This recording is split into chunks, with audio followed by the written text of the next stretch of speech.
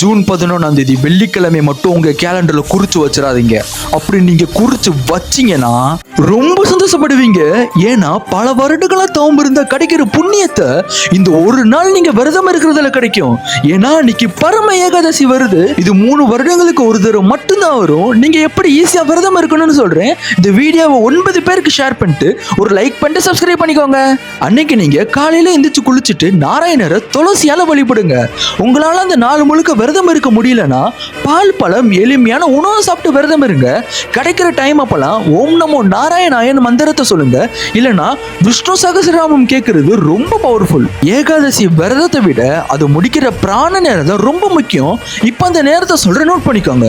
June 12 காலையில 6:04 ஆரம்பிச்சு 8:36 வரைக்கும் இந்த நேரம் இருக்கு.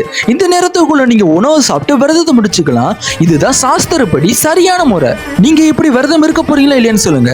ஓம் நமோ நாராயணாயன் கமெண்ட்னு சொல்லிட்டு வீடியோக்கு ஒரு லைக் பண்ணிட்டு ஷேர் பண்ணிருங்க.